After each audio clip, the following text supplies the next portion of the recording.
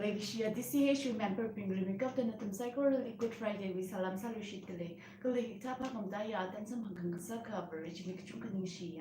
as a Good Friday he natum gong and la kumaina say as I'm like the lyric she some job the lay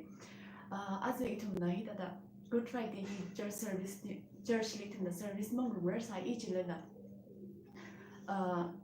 YouTube channel through here itum online service that ang sak the lay Ju vang really good junk and she young at the way.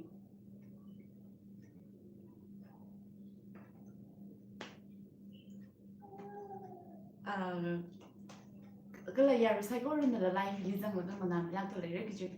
Could you hear shit some jow the lay? At the Good Friday, we message it to me.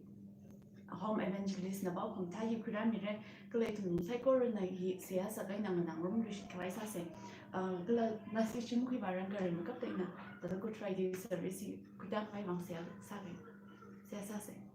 Look, I'm sure next year, I'm thinking higher it now, which interplay a Kasaka, our very brown, and the kitchen connection, and he picked up a Kamdaya, them Good Friday heat to me that and the Sampa Masaka Lejuba, the kitchen connection hair over very brown, we could now up Angaja. She make up good job to Lina, it's more like a pumping with one hit at the Johora, like a cross dumly. I seen a year ago. The shot good home like a gazina room like a it was wrong. I shit out like that. Rustic me, it only gun me lagra that it only. Juhomi lagra da varibra, Nana Johora make high to shoot, and a costume ratty make high to bang with the unconditioned, Nana Lishimi Daglay, Nana.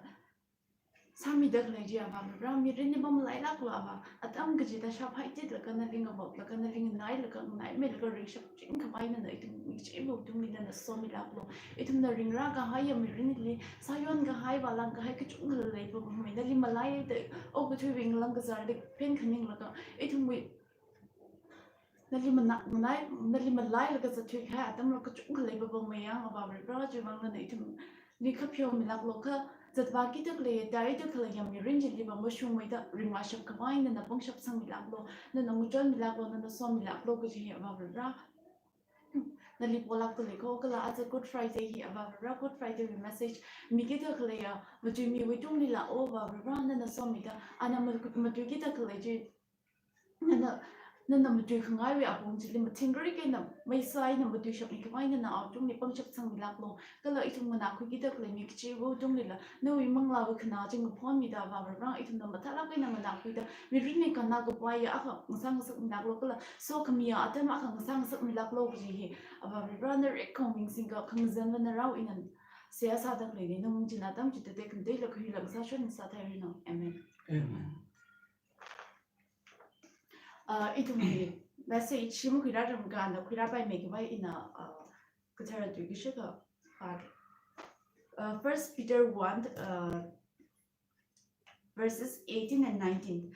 Not to me Navang Rawi Aina, Shikri Cameron, Kika Masakavai, Mirin we Aina Madanga Kuiji, Shiman Gapai Sina Lupa, Aina Maning Manaka and the Tay, Cut your career Makalaya, a juk bay yaw now. Kata Christian we among Gasaga Ashi Ainana. Ara Diminatam Kuyan.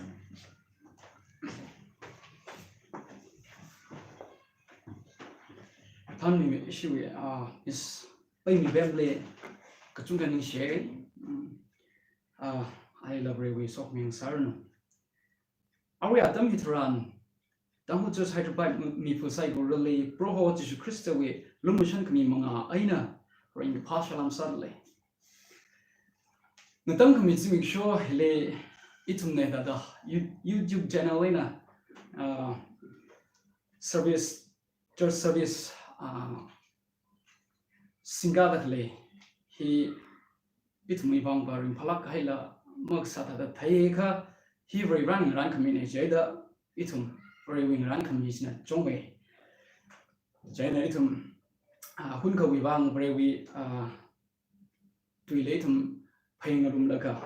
octify the sassy ila salam saluke, she would come in the salam talabin sassan mary ka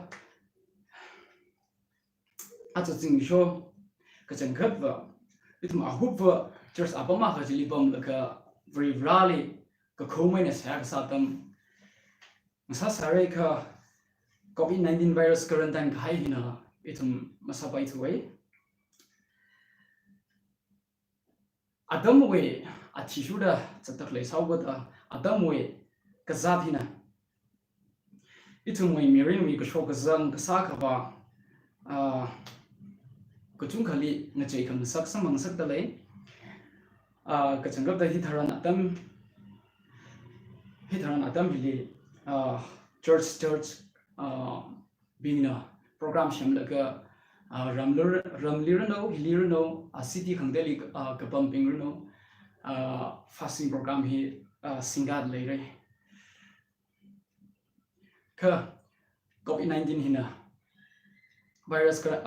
quarantine hai hina itumoi hidada program hi masinga ba thuda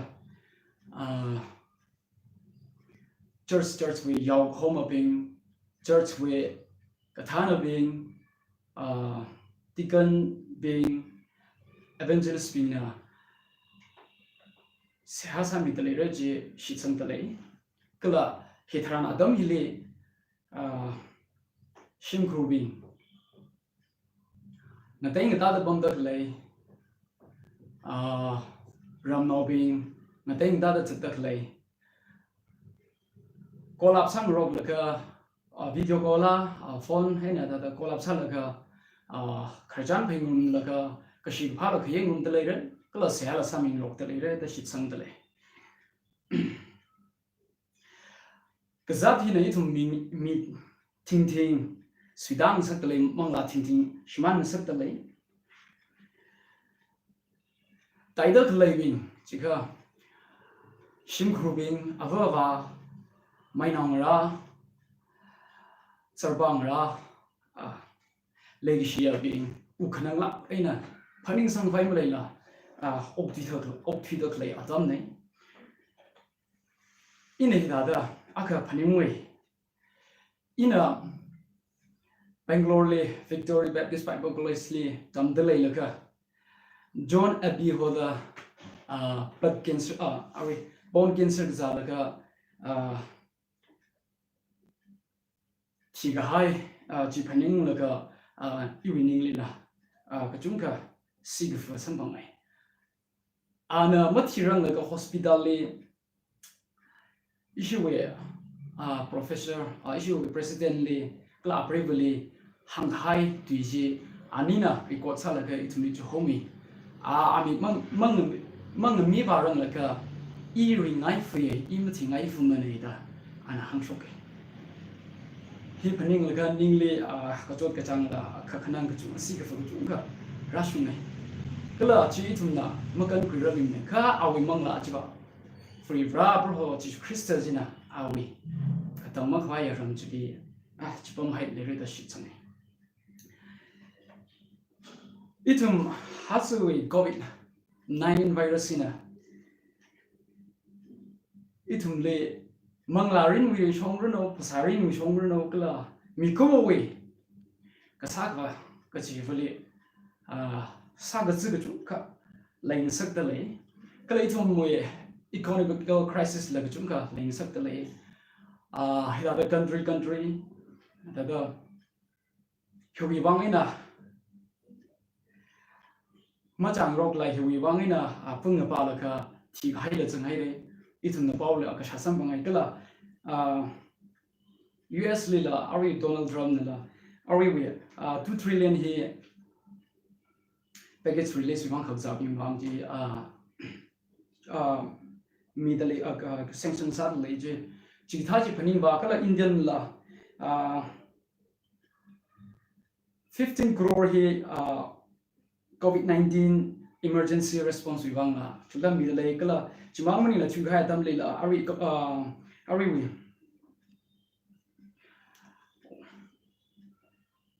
khangdai abongina khangdai country bing la cheda da samrong la ka okthi de le kha meeting thing shiman de le ithu sinalu pala na chunga shiman ga sak le mi mang la shiman de le khanang la khai cho cham la khai ya ka cha a khang sa le ithu mi bang maram sam tai mi thu cha khang sa de le adami tran le ithu na shim lung li bam de le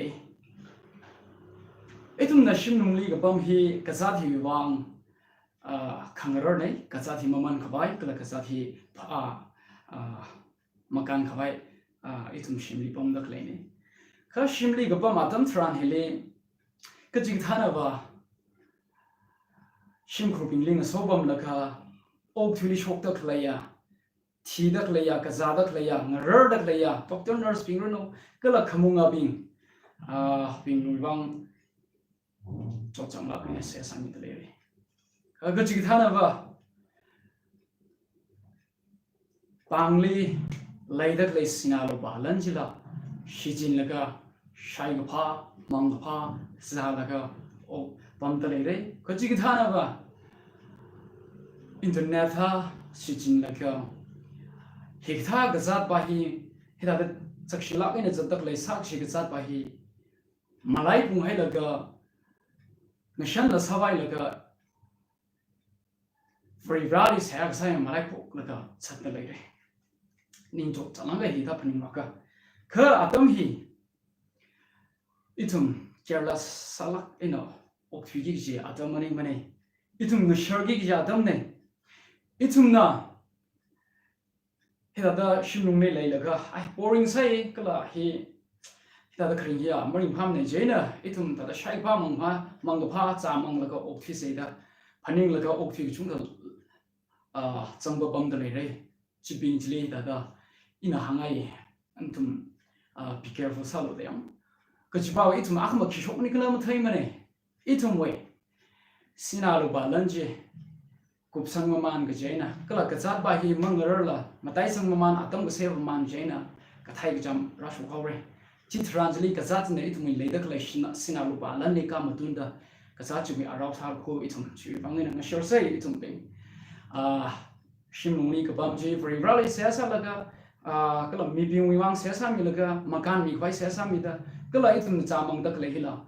economically manage temlak ina shimlungni pam laga ok thui hi itum sa khang ngai nei chaini hi mamalai sei itum peng kazadhi sashilak da le kazadhi mobai da le mane ogu thui khamunga bin president prime minister bin manuk da le ko ga sathina itum we religious to leaders being kathana being lila shikasang la swida gang sakala lang maida atuna thandak le atuna very very du me shok ta kala hila yon laga ma shok laga kala itum we fight hila ngache ba laga la okthing sak ta le funga pang sak ta le itum le kazat him hi COVID-19 virus itum pailak ina mukhui bai mane kala kaji ka thawa hina shimkhru thi hawda shimkhru tongka shin mi hawda taidak la ka hara pingruno ta taidak la now akhamang saruno brave mang saruno nge shei la ka phaning sang vai malaila ring la ki kana khala no malung ga o thi le jang dai re kaji thawa ngkhak thi le jang hai re athumui mirinji very rawi ka tang ma phai umramling sam ta le la itum Verina kapang hui khaya European se asam isi very umram chili athum lela chambam khawai athum uklungni hitha da leidak le atam cho changla gila phaning sang vai malai la pam dak la atam hi bang itum ne se asam ila chui pang shapana athum lela uklung khaknang ga chochi kham khui mirno chitha da very rawi miring Rivra bro ji Christian nga tang pui mi khai awa ashen nga tang pui mi khai miring ka tang mak vai chili mai ngare ungda chili phai ka pe da ok thing sak vai isum hey se sam se ima european kala heda la hangai da le itum hi kazadina itum we Karing krak kasakava kamaju heli limited sawada mikum afasa da limited ping sawada kapaning ba sungurji kachung khle chui chitharan kathana ka saw kala dam ji thei da kala miya khang sa ho da yaw na bin ka shura bin jilila kan khui ngai ho ning la ma sidang sak ngai thu chaw ga da athumna free rawi twi jili phaisin laka our knowledge limited knowledge khamtha ga khani mina ngana khangai twi ji shi jin laka ithumli shiman sak hau gi ji than na hau gi ji la khachung ka laiba bom mai ka za di liba mi komo we thang khamai mi komo we bangshap mi komo we sa ka the ba ka the na ngaro khi ki shapa ka sa mani ka za thi for rally se asa laga for rally shitsang laga for rana hang da thlai chili itum ka hang na laga for rana mama kan mi rong ai na tam da care khi laga pam laga na tam khi gi ji ya ka sa ne hi for rally rai hi mang lawi rai ne ka chi thana hi mang lawi ma rai maning ne da hang sat dai kha yang bal ka no ok thuri ka shang khre ding wi sina lo ba lan na mi kya ga na tam khair lai ka sa thi na sa ga zu khai je ba ki khana ma kham ram ne ka sa thi kala ka za thi itum shi ka sanga bing wi ning la ta zang ga bai bang shap sing da na cheng saki ji manung saki gi ji ka sa ne no shar mai se itum pe a chom thang Palm Sunday li for Bro ji Christa jina kathana uli tong laka Jerusalem malay jili ana hak mahal ina aw ma ka sa changai kala ana jang laka awi ka thara shim sang sam dhami hai ta nei khibang da for right ka thara nei khamashunga nei kala awi jili ogtu wi sinalu balan ogtu wi garap sakai uglung wi dui ma dui otsak china awi ungram chili mapan bai shiman sir hogi gi jine kala ri rana hangai iwi te khama dei hi ina tang khamang mak pha mak ya chini shorm samre ana hangai le chuibang ana sam thalaga itumli turn sak me kala ana twiga haya zimi shopping passion with twiga haya zimi shopping chili awu sakang tsubing lila na solaga kharjana sai kala phasang rum khui odram lang tsumi ana laga az zimi show hi atom thang aunga David we know mayerly hosena aunga wili project crystal khara mi psycho kula ma haida hawsate kha azwa aunga ji morega phung itum bingbang ashidalaka timi itumi da chaos heda da bunga bang sakda klai heda da jot ngzang sakda klai yang khakari otsak makama shuna dui ma dui asak avat psychora ogtu is sikanori mak pasai go rehi ana leshina hawada phungmi laga phasali ashishokta kala kushat kuhon honda cruise phungda itumi bang ashishokta timi haidale natang mi haidale atsu ching shoni natang kui kame akama kanautang easterly iwi bra iwi bang moregati braji ring shokra hi kale wi bang I vre shi ka sane hi ga thai wi bang I khangning ne I mang chei bai ne I ma punga ba pai ma ne I vre wi mi ne I awi ka hangana laga na awi ka hangana laga ana salo balu da kamen sahi da kliji salaga itum ok fi ji ne kala hi tha ga za hili hida da shi ka sang bing li la shiman ga bayo pangshap sing le sa da klai sai ko rehi itum Masumi bai mane mangaji bai mane makpungang ba bai mane are itum le mathalak ina awi ka thara kharinga dui jali kapimi haidale itum sehasa laga awi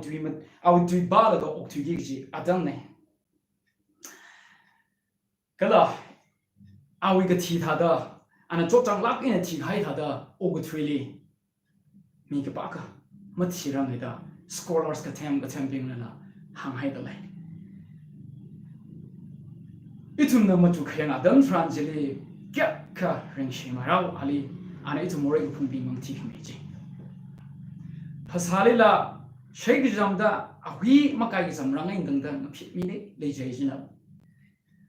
au nga ka das manushi la ka kusa du ko hon mo mi kala ka chon ko hum au nga we jing ha bai sang mi ma jorim sorore manushi gi jam phasala nga sei ning la khi phani mentally ta chok na sak dal phasali no ning u kung lin chok na sak tak ne khi phani sang khawai lo maklen na itum le chi tha shi ji ba ka tham ro ba ma chuk kyang se ini wa hun kawi khang shi le ma khang ram dai hun kawi mi na chi ka kuri tui khang tui thran ma ning ram dai ninga mam tharam dai itum phani se very vrana ga tong ga hi le shina ho da khui phung na kha ana thimi hai ne hi aisa yamaran na la awi lairik 53 jili suffering service ma thalak ina kapi mi hai da le kala ji very vrana fu vi sa de thum mang thimi hai da le ye itum wi very vra hi le chung ga ning shi project crystally ini ba azba ka sa chin la coronavirus ina la kala mi wi sui jin la itum hidada masa alisa kai da masa mi da le ana nga mi da le ana gan mi da le ning shlag ge ana phakwi mi khai itum bing ning shing yi ana itum le shlag ge phakwi mi khai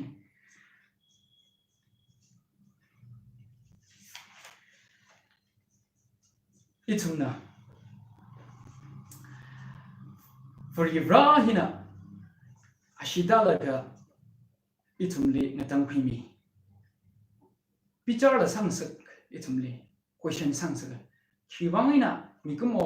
jishu jiwe christoni ti khai jiwe ashijina itum mikumo bang ngatang khwi shapita da mikhang reila khila sat le re question sat le re ina hangai khare gajang israel now being we adam lela itum na leviticus 22 verse 22 to 21 to 22 kala exodus 12 we 5 6 helika bathranji ashi jiwi kang khana ji theng sa ka jiba proji crystally direct me da ne amha ka sane ka proji crystal ithuni ka changkat pral ka ana complete sami kaina awi crystally chimi laga ana ithum psycho orally paying back are we she we than mi apem na joint secretary na bible first peter 1:18 to 19 jim thalak ina bashok mi here hi yang ga itum na khayang adam tran li hang da kle hi redemption hi we concept hi ba paying back laimang sangsa ji run mi khai ngatam khui mi khai ki chi ne jaina thaga ba awi ashi ji ka ji tha ashi kla khayang adam tran jili khre ga jang israel yu bi na atmi more chomi khwai da fuka pya ga satran li yaw no chukrma klaya tharzak hai ji fupya me chukrle hai ji na chukrle hai ji ba itum mapupya wen jiba accept masamani jiwi bangina awi yaw na ka thar khamatha chukrma klai ta ma lenga na zo hai ji fupya me prohoji crystally John the Lamb of God, John Baptist the Lamb of God, hamba ba mai kala Hebrew li ka ba adam translate 9:14 ni ka ba adam translate without blemish ta hangai leji itum thai ji chukrum le lak la itum bang ashi ji na atang khimi hai da lai in hi da da tum li ya da hangai yu shi da lai ari itum moi sina lupa lan le da kala hina itum moi gari gatha shim gatha khangthai natsasang bai kha itum ka tang makhwaya mangla hiba mang tsasang ram ne chumi wang ina itum bro Jesus Christ wi sakamataya ashina lokhi mikaya itum moi mirin hi saklak ina khuilaga okthui se ga hangaya ratam hitran le kala shiman gabaya odyurjina shiman gabaya odinjing tsasang bai chiwi bangai na itum very bra pro ji christiana ngatang pi mi haw ka kala katang ma khwa awe ashi aman ka sakjina na ni wi mirin ngatang pi mi haw ka ini pro ji christawi katang ma khwa ya mirin jili phai kar pi da kala jili okthui jing khwa itum sagi gi ne so aina hi tharan adam ta da okthui mi mau chatak le kazat kashi hili na ini government bing na government kathana bing sorgar bing na okthui li kathana bing doctor nurse bing na itum li kazat hui aina prevent sakavai tammi haidak lai kala tam jithaidak lai psychology tam khui shi khui da kala careless sumsana na shalak aina free pam da klai ka jele vari vrali se asala ka hangana la ka obuthui itumwe duty ne itum responsibility ne ka jena itum na care khui laga safe sak haidam tranli na safe sak haidam tranli na ni kham dai aka safe sak pe shi pai kala na ini na hita da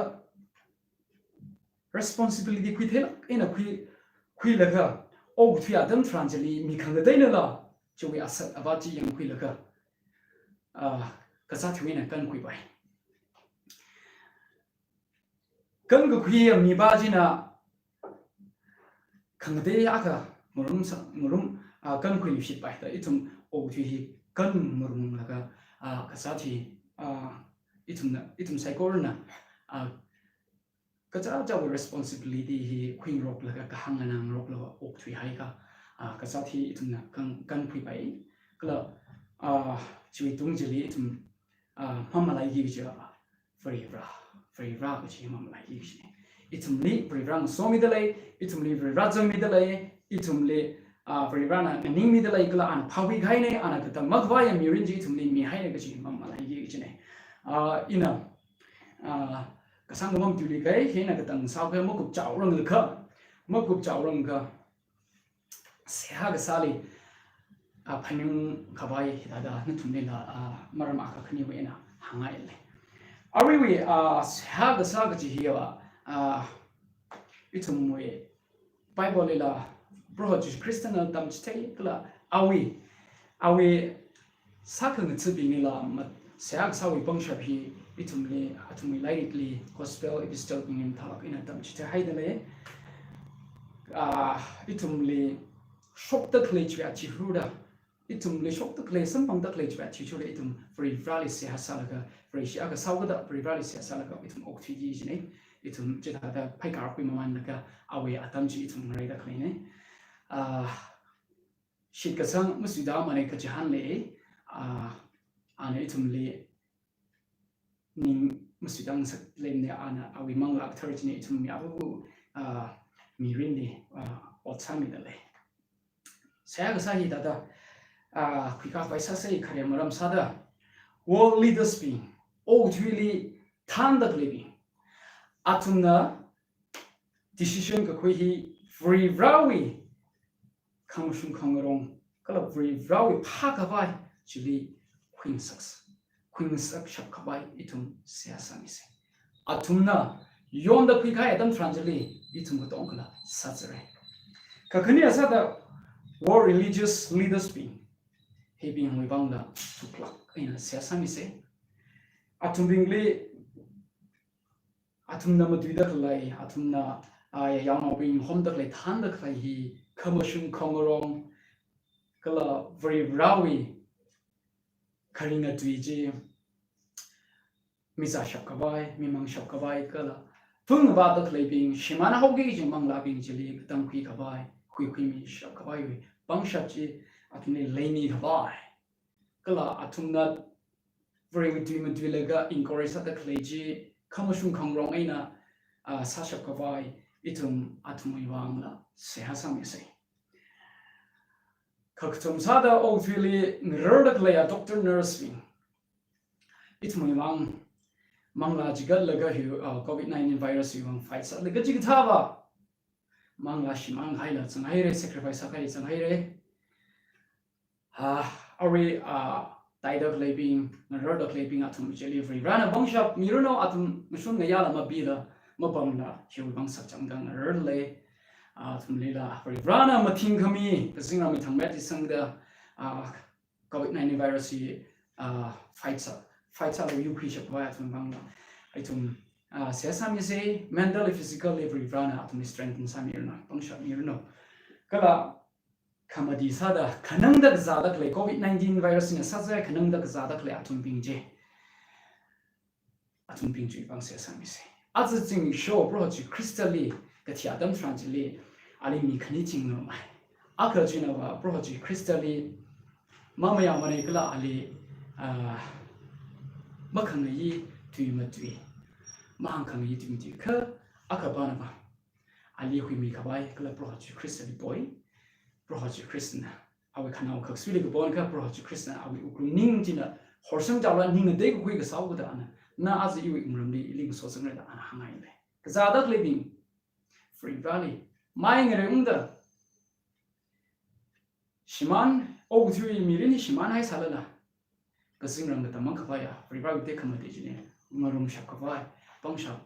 etum sesami se atum ngsheng za ngai lakina kaza lakina paning sang baila malay le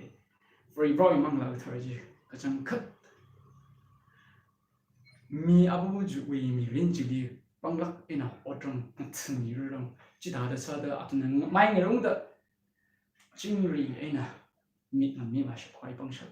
samang khabai itum atumi mangla seha samisi ina seha sa gai natum pamdak le bing jilla pamdak le ju ina seha sami seha salon tumina seha sa se itumli adam gchida mohor haila la leishimi da nanami jingda leya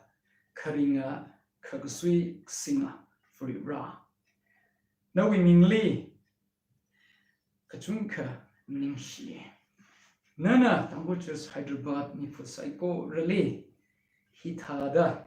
naching changbak aina kala hithada covid-19 virus na ting mirin sweet angsak le mangla shim ansak taklai kala tung pang sak taklai khanan ga sang sak taklai psycho rewin makan milaka nanomi taklai thela rera chunka nishi na winga kami atam ga chida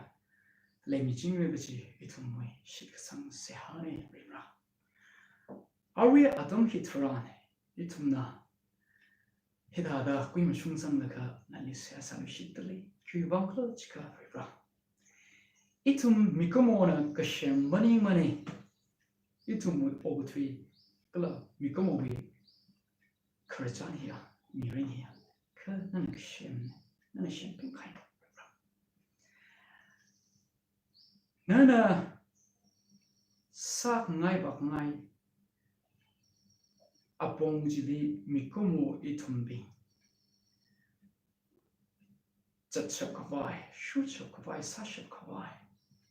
bangshap milo da chibang se sai ra ari adam hit fran ra hidada covid-19 virus hina itum oguli mimao rada ting mangla ting shimanda place ko ri thailaga ning satsu khanang lakke luma shan mida itum isya ga sai kwisang mida ribrana makan mi haulu pantri mi haulu sẽ sát lấy bri right thum ô thui lấy bri bra cái thêm cái sang craving ô thui khamung abing bri bra mang la khanang ta ka sa dak le mang la chi mang ta mu ro la lấy de le bri bra nana ka thene bri bra hi a no ya bang le khle ni ô thui than dak le ya ka than abing president prime minister apong ngadai da than chat dak le atu mui ningchuk ot sak chili nana jang mi da bra nawi ngaran khami pha khawai khamosung khamrong apong jili machu khuida decision khuishap khawai atum lega rana somilo atumai uklungla bra atumai ningla ka dong ka hair hai laga nali ka chihan ka nali mai ngare ku atam masang sak milo chi tha da sara bra itumna ka zathi bra ngero khike kala ka zathi na itumne tai da kle miring ping he bra maman khuila bra oktiba khwai bangshap chi samang sak milo da chi bang la se ha sa da le asing le sak va bra hikha ga zat hili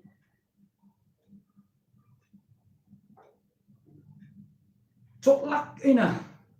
ukning yang to ung da chang la ka khanger hili bra na na chang mi da matu chok na ot sak no sa ka sai ko le mayong sak hai lo da chi bang se ha sa da le bra chi bang la mi khamo itum ba ma pai tu we itum ba masakrak chuk le bra chi bang se sa ka sing le safari bra o thili no wi bang ya hom ting sing le ha yaw no bing hom da khai bing bra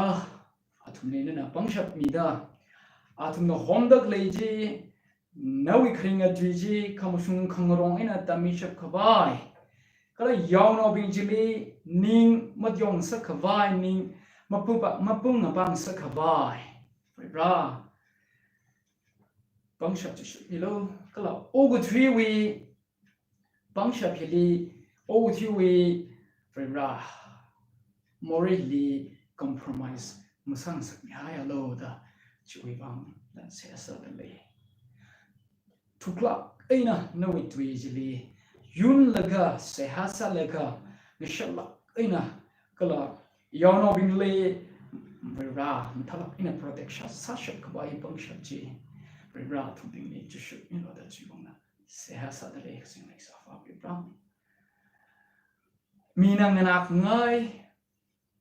apong jili mina shak ngai apong jili bra mong ting sak ni hai ro no akama chi shok la ma thai kha ke free bra pro ha chi krista jili mai ngare ta kala awi khamshung jili khamrong jili kala ana kristung li amang sak ina shitami khai jili phai sing na ka aning la thang shak ka wa bra chap ka wai chili ma tu shak wai pang shap chi pathum bing chili na mi lo da chi bang na se ha sa da le sing lai sa fa bra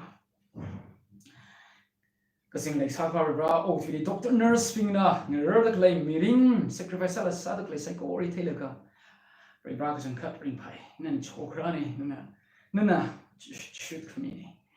ka ji tha ba miring na shiman hai re ka su na shiman hai re bra athum bing chila na wi ka tang ma pai miring ngran chili chpa mi da lai da shi chang nei bra kala ta hi da klai bing athum bing chili la bra thang ng ro da klai heli na na o ka zing rang we thang bat bang shap sai ko ra chang ida na na ma thing mi da ka zat li yu shap ko ai bang shap chi athum li bra nan mi lo yang ro no athum chu kham chu ka sa fa sai ko ro na bra na nang so mi lo da chu mang sa sai na nang sok mi mang ma ai na khu ko sang sak mi lo bra chang bing li atum fribra mag naroda clipping jile ka chatchin moment mi haya runo da chimong la sesami na protect sami fribra kala khanam da zada kleya mi ping chila fribra na mi mai ngre unglaka nali fribra ina az iwi mi ring ka su shimana sa lok thui shimana sa kadang makhwaya fribrawi mi ring jili ba I aling soda ring hang rum re aling sodam so in rum re ga chi hi fribra laying sak minor in the ninga daida chingri in la nasang quick ka shaba pong sha cha thum tum le fribra na ta shimilo kala na thang quick ka bai bing jila fribra na mission mi la noi kharing pang jit taring ba mi da sa sa mi da na thang quick mi lo da chu ma sa ha sa da lai ga sing lai sa fa fribra ka sing lai sa fa fribra itum na COVID-19 virus chotlak aina rarely kala hi wi wang dai tum satlak aina fra responsibility kui kan yi ju khi laga ok thui dale hi tha adam li shit ka sanga itum psycho bing lila fra ning suidala mang suidalam sang sak me lo mang la ring la programs na chang sang khai lam leng sak nya kha hi ka thai na phak mai kala nali ngai mai atam chi khirang sak nya kala nali ka chan mi manga che na right tum thangka nan khamong so mi shita ithum akhaina akha ra pam queen rock ta shalam sa kuida knowing le ithum hallelujah da fauda tek mateng da masot ning re right tum ka chan ma ning share na nei thum nei da nowi tui ka nali sa sa ku ya tam khira sambang khang sak chui ba psycho re ga ba no mera mang ak tharing sing sa sa ka pone amen